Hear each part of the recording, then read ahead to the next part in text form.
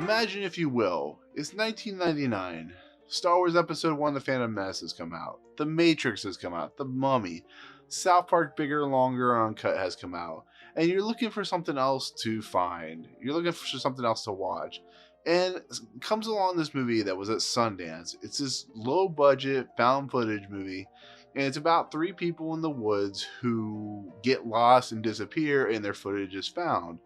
And you keep hearing the hype about this, and then you go away on a camping trip and you hear more and more about this movie. You get excited, you find out you're going to go to a screening of this movie. You're just like, I can't wait to see this movie. And then you see the movie and you pee your pants.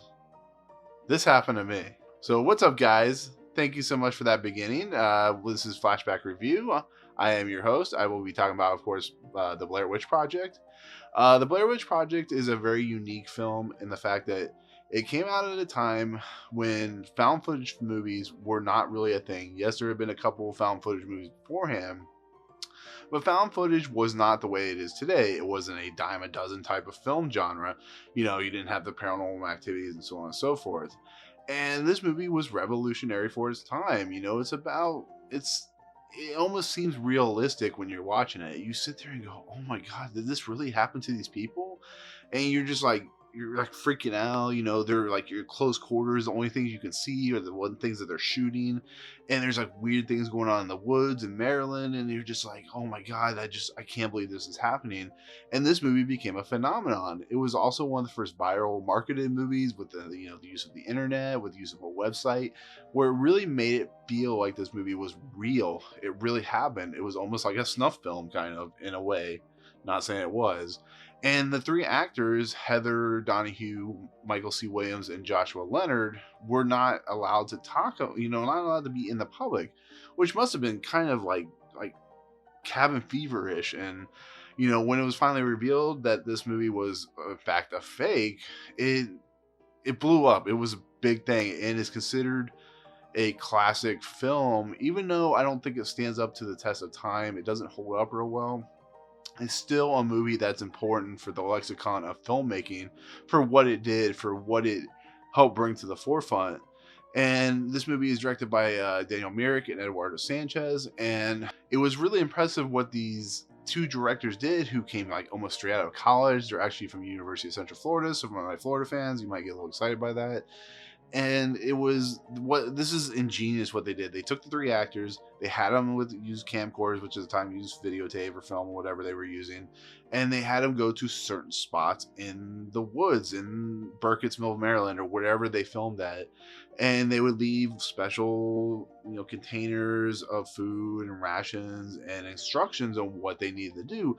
But they didn't what they would do is they put little notes in these little containers, and they would, each person in the crew, the actors, would get the note, but they wouldn't show what the other actor what they're doing. And it made for a more realistic style film, a more uncomfortable film, a more like intensely just nerve-wracking type of film. And it was brilliant. You never have seen anything like this before, at least not in this effectiveness of a horror film. And that's what makes it just such a classic genre style film. And we got our Blair Witch, and unfortunately we got two sequels that came afterwards that weren't that great, the Blair Witch 2 and the Blair Witch that came out a couple years ago. But to talk about this film in its aspect, to do what these directors were doing is just so impressive and so mind-blowingly good that you can't help but not worry about the faults of the movie. Because yes, the acting is pretty terrible.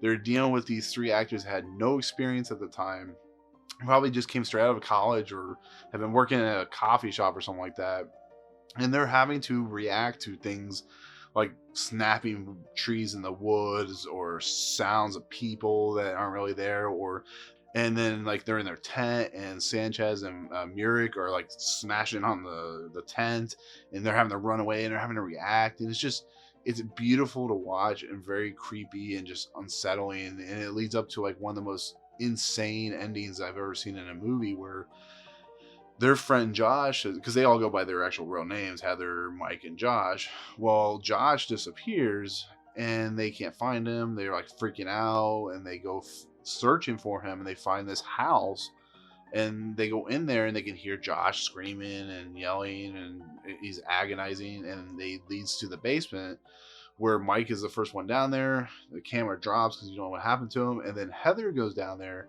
sees Mike in the corner, and then the camera drops, and that's the end of the movie. And that's insane. That's a crazy thing to do for a movie. And the lead up to this movie is also impressive because we have three filmmakers who have learned about this Blair Witch. It's this urban legend or this legend, and they go around and they interview these town folks of the Maryland town where the Blair Witch is supposedly at. And these people are in differencing of opinions. Some people don't believe it, some people believe it. There's a lady named Mary Brown who apparently experienced it, and she gives her recollection of what happened. And then they finally start going into the woods, and everything goes chaotic because if you've watched the Blair Witch movie that came out a couple years ago, you've learned that this part of the woods is almost like a Bermuda Triangle, where the compasses and the sense of direction just kind of goes haywire. You can't find out what you're doing, so on and so forth. And it's about the tension of fear, about the idea of people losing their mind, about the fact that how far can you push someone, how far can someone last without completely losing their crap. And that's what this movie is doing. The crazy thing of what Myrick and Sanchez were doing is they were like laying eggs, Easter eggs, or not Easter eggs, but clues, breadcrumbs for this crew. And I'm pretty sure at some point during the making of this film, the actors were losing their crap because you're in the woods, you're in the middle of nowhere, you don't know what's going on, and you just can't deal with it. And it's just so uncomfortable and so just like, I don't know. I probably lose my crap too because if I don't have a sense of direction, if I don't know where I'm going, if I don't have my phone with my GPS constantly running, telling me where I'm going to go, I freak out. And if I'm in the middle of the woods and I don't have any directions, because at this time there was no cell phones, none. Guys, think about this. 1999 is 20 years ago. I forgot to mention that this is a 20-year-old movie today, or whenever the day before when I posted this, it came out July 14th. But there were no cell phones. The best thing they have in this movie is a compass. It's pretty brilliant. They tried to do this movie a couple years ago, and they had to basically make everything malfunction. That's where we get the whole Bermuda Triangle scenario. And it just doesn't feel right. It doesn't work. It doesn't give the suspense the way it should. The fact that we never see the Blair Witch, or we never see what's going on or who's out there. We never see anything, just nothing's ever seen outside of like some sticks and like the famous Blair Witch stick figure is pretty brilliant. Like I said, when Book of Shadows came out, I think like a year later, it just didn't work because you're seeing more stuff than you should. The idea of not being able to see what's in front of you, kind of like in Jaws, is pretty brilliant and pretty insane if you think about it. And I just give credit to where credit's due. Yes, like I said, the fact of they're using the video cameras that they're using, you get that sense of isolation. But when you're seeing some of the B-roll footage, it really does feel kind of weird and goofy because, for instance, they'll be talking, but then you'll see footage of like the sky or the clouds that are lowering, or you'll just see weird image footage and stuff like that. It doesn't really fit to what they're talking about. And I think it's almost made to feel like the police put together this best of documentary they could to show the parents in the fictional world, but it doesn't really mesh together very well. You can tell this was an experimental film by a bunch of people who were not as experienced in the world of filmmaking, so it doesn't entirely work.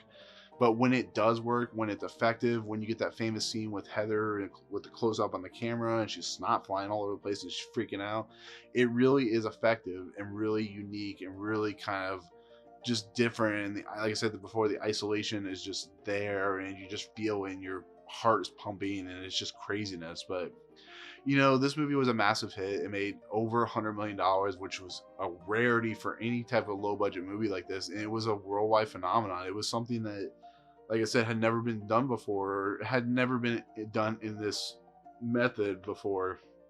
And I get it, like I said, you cannot not say that this movie isn't influential for what it does. But it's an interesting movie. It's a fun movie.